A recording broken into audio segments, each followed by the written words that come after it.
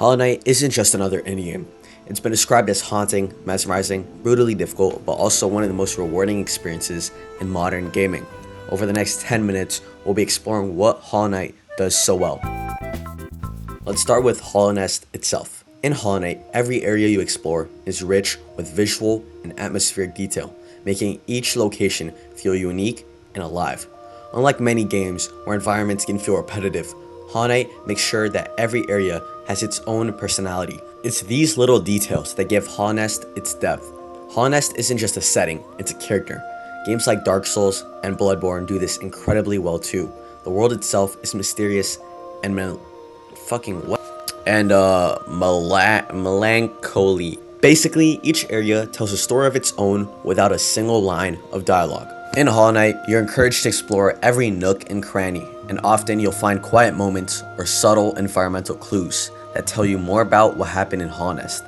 Team Cherry's hand-drawn style, the muted color palette, and strategic lighting makes the world feel both magical and dangerous. And because each area has such distinct visuals, you always know where you are, which is impressive given the game's size and complexity. Next, let's dive into combat. Hollow Knight has simple controls, just a nail, a few abilities, and eventually some spells.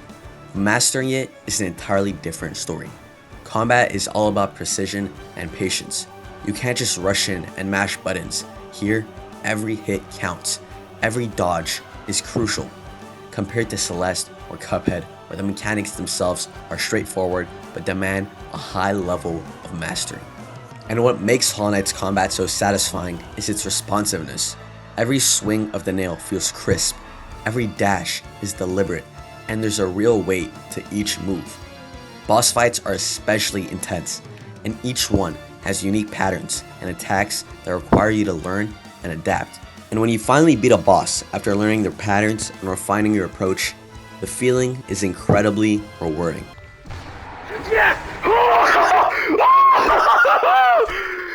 It's challenging, but it never feels unfair. Like Dark Souls, Hollow Knight respects the player's skill, creating this cycle of learning, failure, and eventual triumph that's almost addicting. Now, one of the defining aspects of Hollow Knight is its approach to exploration. The game gives you very little guidance. There's no big arrow or flashing markers, just a massive world for you to figure out. This style of exploration feels like a callback to older games like The Legend of Zelda, where half the challenge was just figuring out where to go.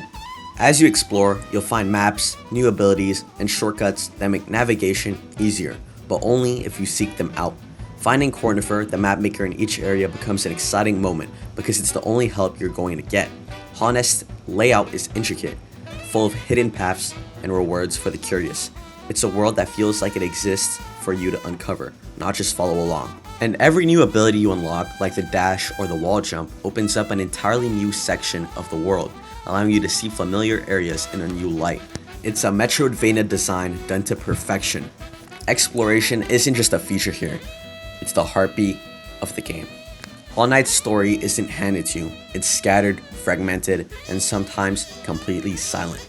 You meet characters like Coral and Hornet who hint at a tragic story, but it's up to you to piece it together.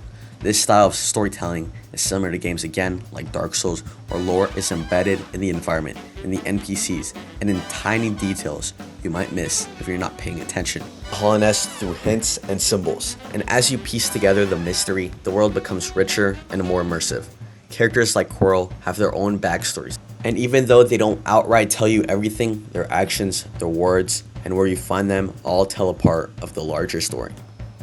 And if you think you're done with Hollow Knight after beating the main game, think again. There's a ton of optional content and secrets waiting for you.